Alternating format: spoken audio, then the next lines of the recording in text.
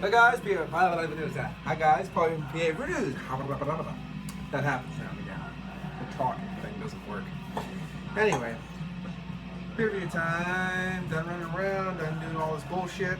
So it's Hardywood time. Hardywood Virginia Blackberry Belgian style ale, Belgian style white ale with fresh Virginia blackberries added. Reserve Series 6.8 alcohol by volume, and of course it's a big old bottle.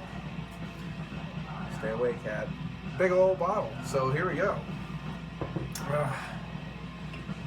Of course I don't have a Belgian wit glass out right now. I've just been basically, because of the fact that I've been moving and doing things chaotically with the house and this and that, I don't have a lot of glassware at my disposal. So Glassware Divas, calm down. Calm down, Glassware Divas. Please forgive me of my indiscretions against you. So there, can't see it very well, unfortunately. Ooh, here we go, guys. Here it is. Ruby, not ruby. Orange hues, orange and golden hues is coming through there. Actually, the head dissipated really quickly. It's actually surprised. Thought it'd have a nice little crazy head, and the carbonation is actually not. The carbonation seems non-existent. Well, there's very soft carbonation in there. Okay, this is blowing my mind. This is just not linking. Let's give it a go and see what it smells like.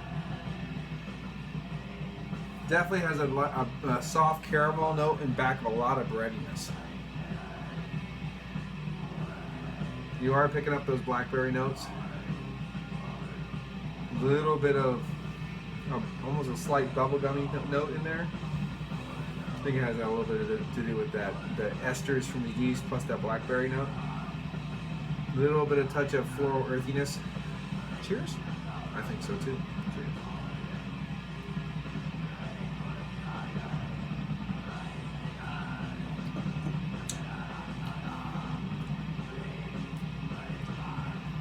Wow.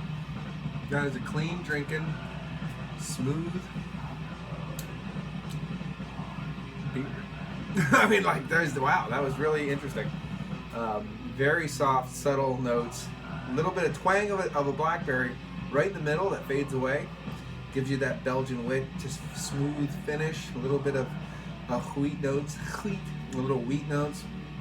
A little bit of that floral note I was talking about.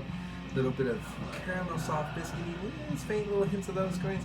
And then that blackberry kind of kicks back up again, mixes again with all that stuff, and then just everything fades out. Very interesting.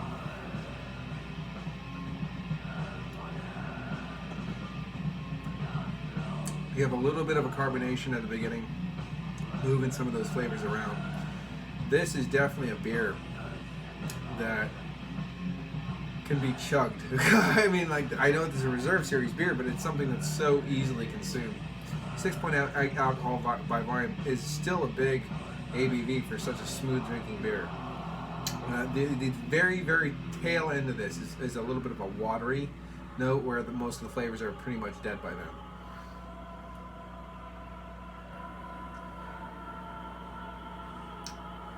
Even the blackberry overall is muted. And it's kind of nice though, because the blackberry is so muted, it's playing along and accenting flavors along the whole way instead of just covering everything up with blackberry.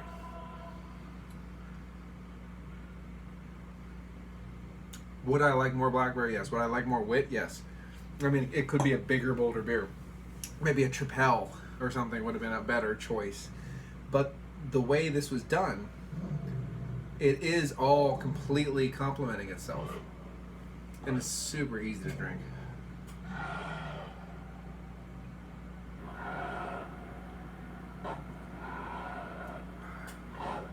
Yeah. There is sediment. Always like to get a fresh versus mixed up perspective. Yeah.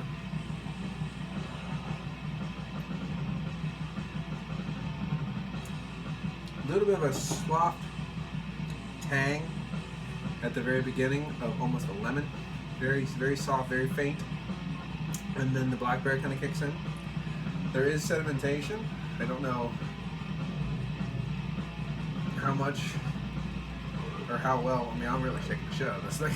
Or I don't really know how much it will blend. Hopefully it's not fish foody. Hopefully it does kind of kick up to a nice haze. Oh, beautiful haze. Beautiful haze. See, there is carbonation.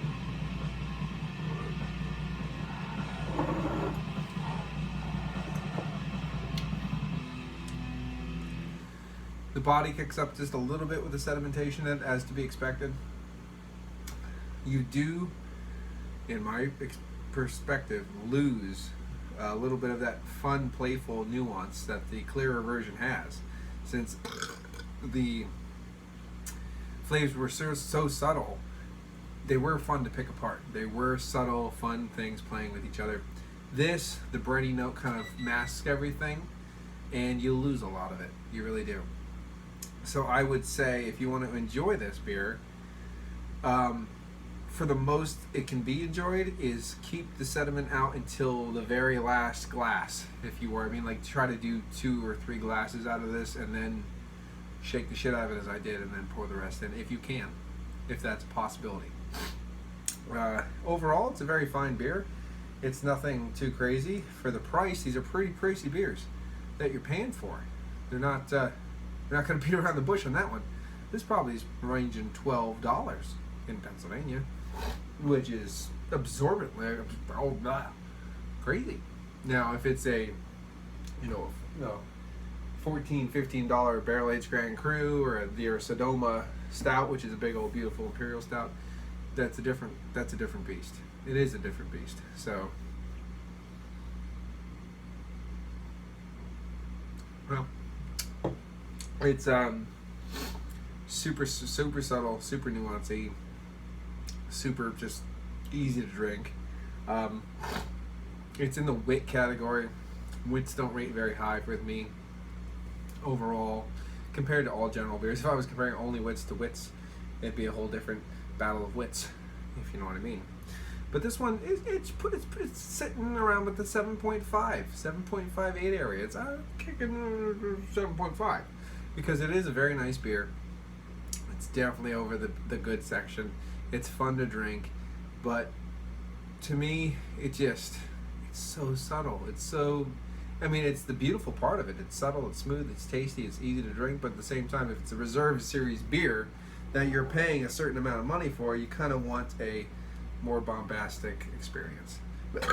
But as nice as it was, it's time to end. This has been Paul from PABrewNews. Cheers.